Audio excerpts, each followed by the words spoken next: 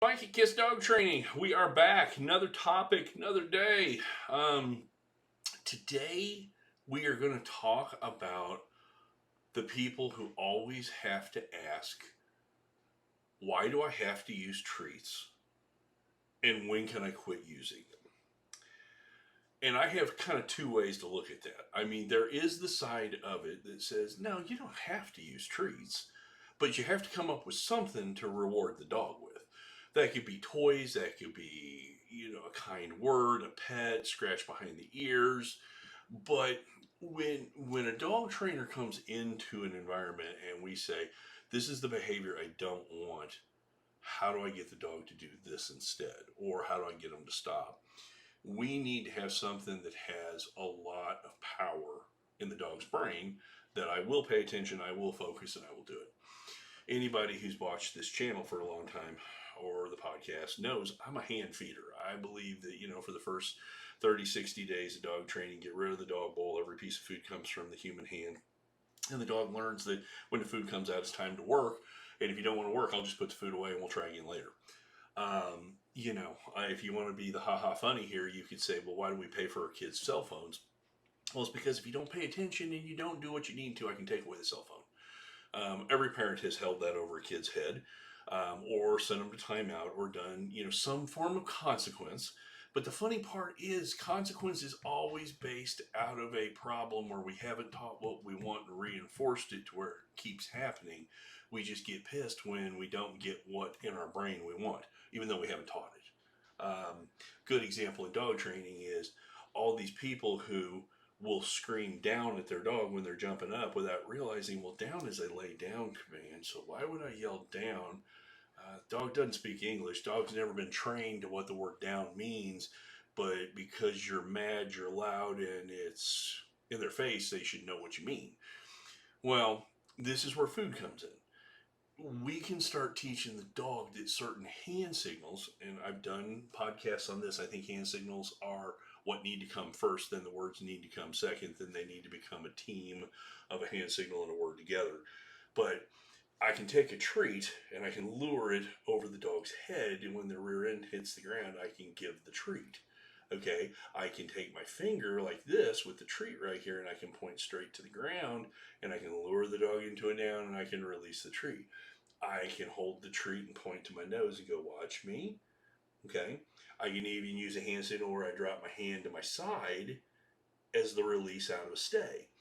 And as I'm doing this hand feeding stuff, I've got people going ahead and practicing different games to teach skills that we're going to need. So basically, the hand feeding is what we use to put the tools in the toolkit, and then as we get better and better, we start taking the toolkit to different environments and we start working on different things.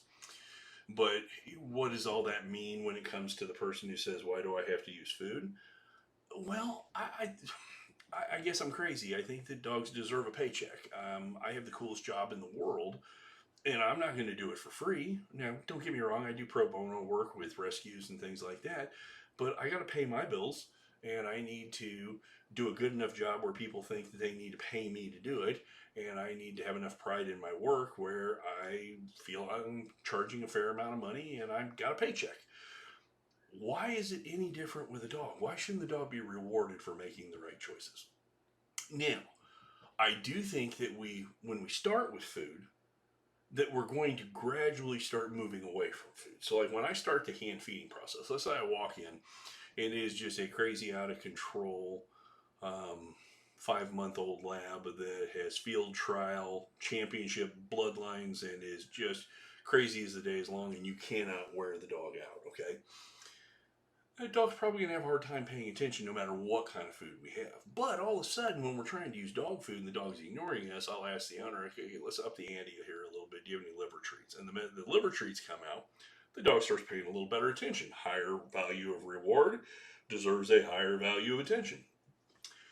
And I'll tell them, okay, so for the next 3 days, I want you to use the liver treats to train. On day 4, I want you to throw in a handful of dog food and a handful of liver treats to where you have randomized the treat, where sometimes it's going to be the good stuff, sometimes it's going to be the bad stuff. It's not bad stuff, it's just not as good as the good stuff.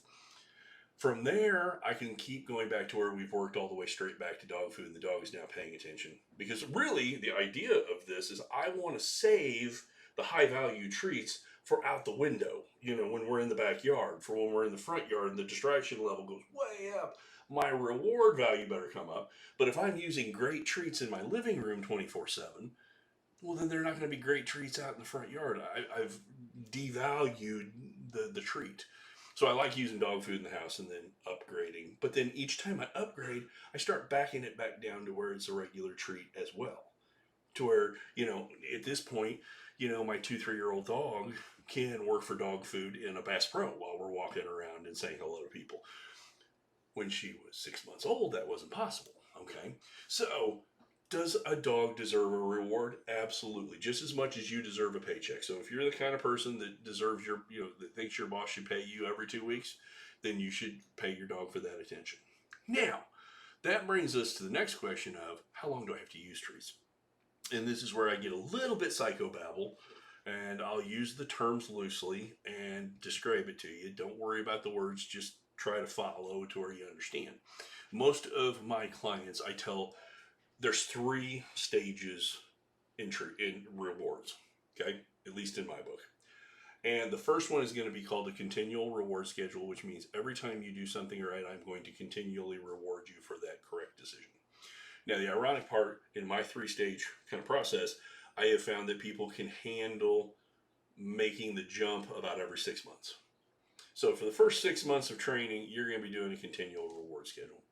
In that 7th month, you move to something called a random reward schedule, which means 50% of the time you're going to get a reward. The other 50% of the time, I'm going to scratch you behind the ears and tell you how much I love you and just give you some love. Okay. Now, the problem with randomizing, well, let me start out. Randomizing rewards, learning happens pretty damn fast.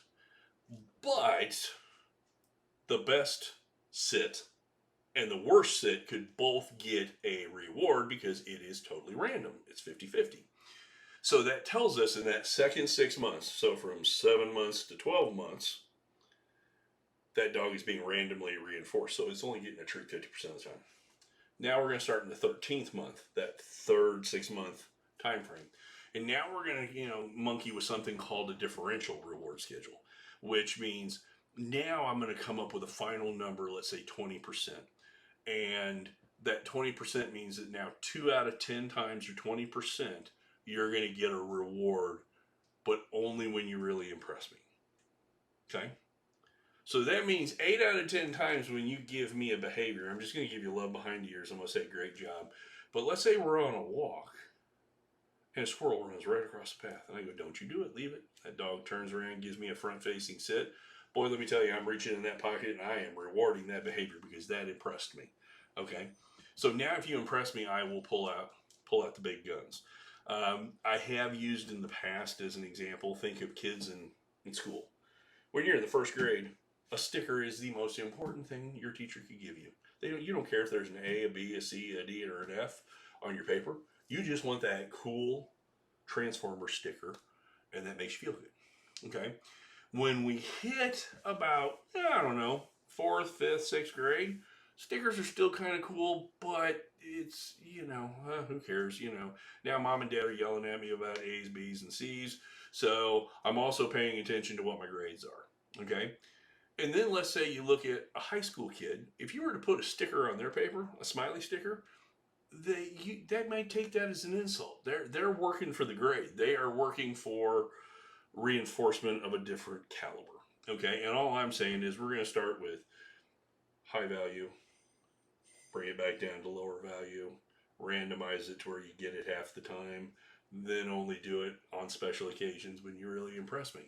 So I might very well start with a dog that is getting food as a paycheck for behavior when I start training or with a puppy, and I'm going to move up to a dog who's working for a paycheck, but that paycheck could be love, attention, toys, anything else, but I always start with food.